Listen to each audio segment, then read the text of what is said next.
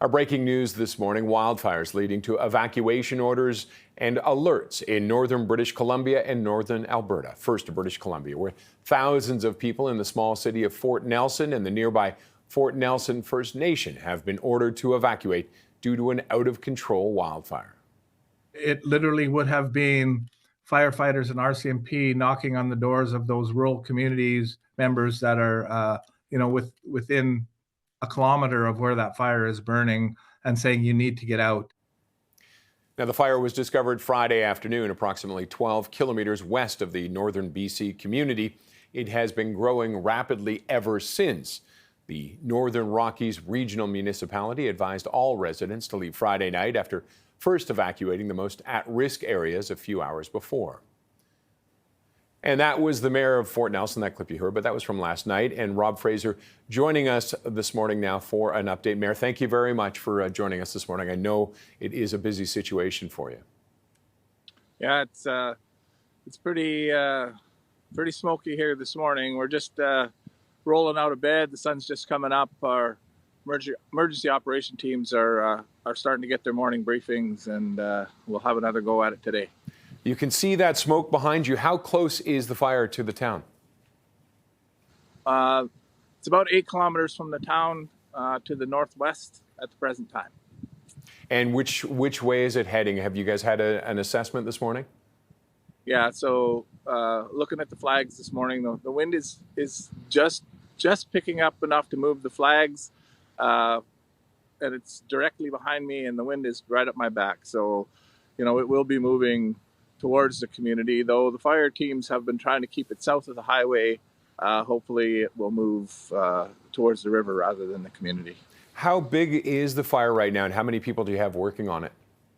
Yeah, last I heard it was about 80 hectares, and I have not heard exactly how many wildfire folks. A lot of folks have come into the community from outside to assist, so I'm just waiting for the situational update this morning.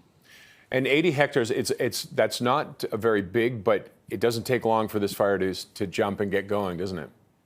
Yeah, at the time, when they discovered it yesterday afternoon, it was a very small fire. It was caused by a tree falling down on a power line, caused the fire. And when our fire crews got there, it was just a few acres.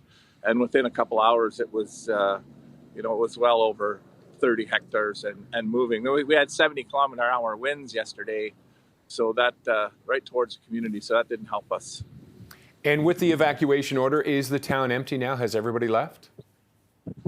Yeah, again, I'll wait for the RCMP. We're, late into the evening, knocking on doors and making sure that everybody was out of the community. I haven't got that situational update yet, exactly how many people stayed and how many left, but it looked like it was orderly.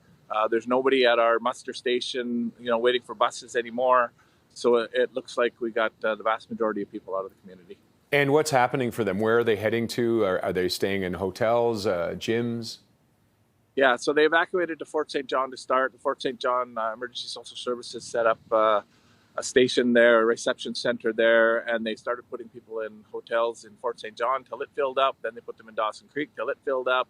Last I heard, they had a few hotel rooms left in Chetwynd, and those are 3 communities in the Peace, about 400 kilometers from here. Now, unfortunately, you guys probably have a good plan in effect because you have to deal with this on a far too regular basis. Yeah, it's the first time that I can remember, since I've been here in 1976, I suppose, that we've had to completely evacuate the community. And what do you need right now? Are you trying to get more firefighters up there? What do you need for help? Yeah, so we'll see. I think the wildfire service is pretty professional. They knew what they had. What they were dealing with. The tankers are here. There's several helicopters here with buckets. If the wind stays calm like this, our local crews have pretty much put a fire break around the fire. So if we can get some buckets and the tankers onto this fire, we might have a good chance of controlling it today. Okay, Mayor, I appreciate you taking the time to talk to us and sharing what the town needs and how people are doing. Good luck with this, and hopefully it gets knocked down quickly. Thank you, Ryder.